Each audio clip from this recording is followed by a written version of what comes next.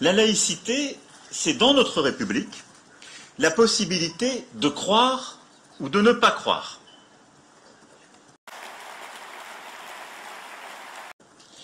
Mais la République doit aussi exiger de tous ses citoyens tous ses devoirs.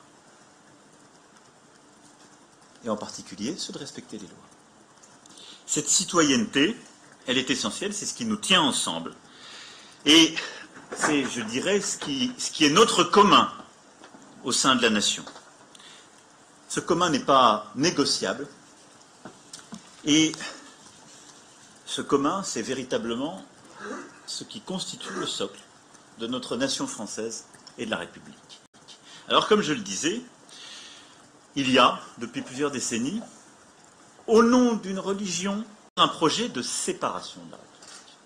Le problème que nous avons, c'est qu'en nom d'une religion, d'une appartenance, on veut se séparer de la République et donc ne plus en respecter les lois. C'est aussi simple que ça. Et une fois que j'ai dit tout ça, il ne s'agit pas de stigmatiser quelques religions.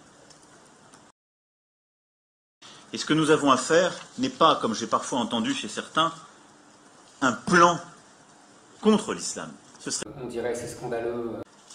Il y a ensuite, quand on parle des ingérences, des déstabilisations, le problème, justement, des lieux de culte et de celles et ceux qui prédiquent au nom d'une religion. Je veux dire, on n'en est plus aux incivilités. On est victime en France d'un véritable ensauvagement. 80 000 enfants dans la République ont des enseignants aujourd'hui que vous ne contrôlez pas, dont vous ne savez pas s'ils parlent bien votre langue.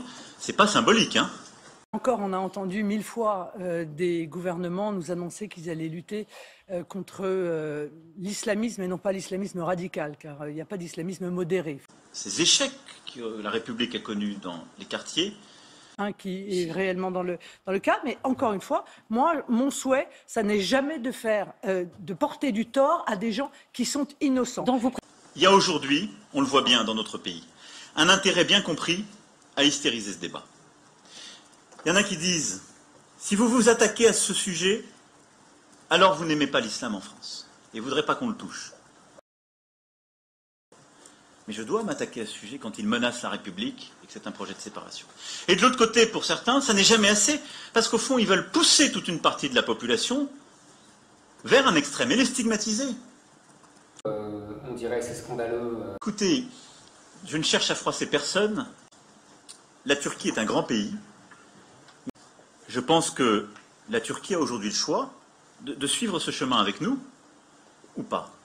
Mais je ne laisserai aucun pays étranger nourrir sur le sol de la République un séparatisme, qu'il soit religieux, politique ou identitaire.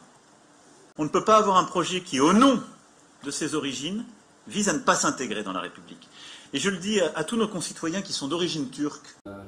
Il fait de l'incitation à la haine. Mais on ne peut pas avoir les lois de la Turquie sur le sol de France. Bon, c'est bon, votre c'est sorti, ça va mieux. Bon. Après, non, je commence à dire quelque chose, donc je suis le deuxième hémistiche de ce mandat, on me dit, vous ne l'avez pas dit au début.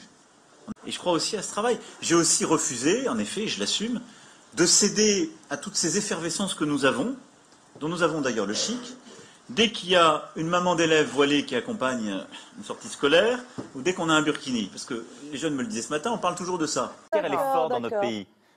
Der nationalsozialistischen Revolution und des ersten Jahres der neuen deutschen Freiheit.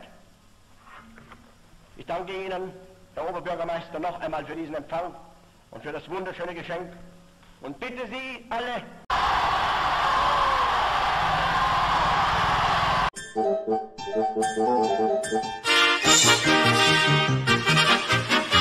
And that's all, folks.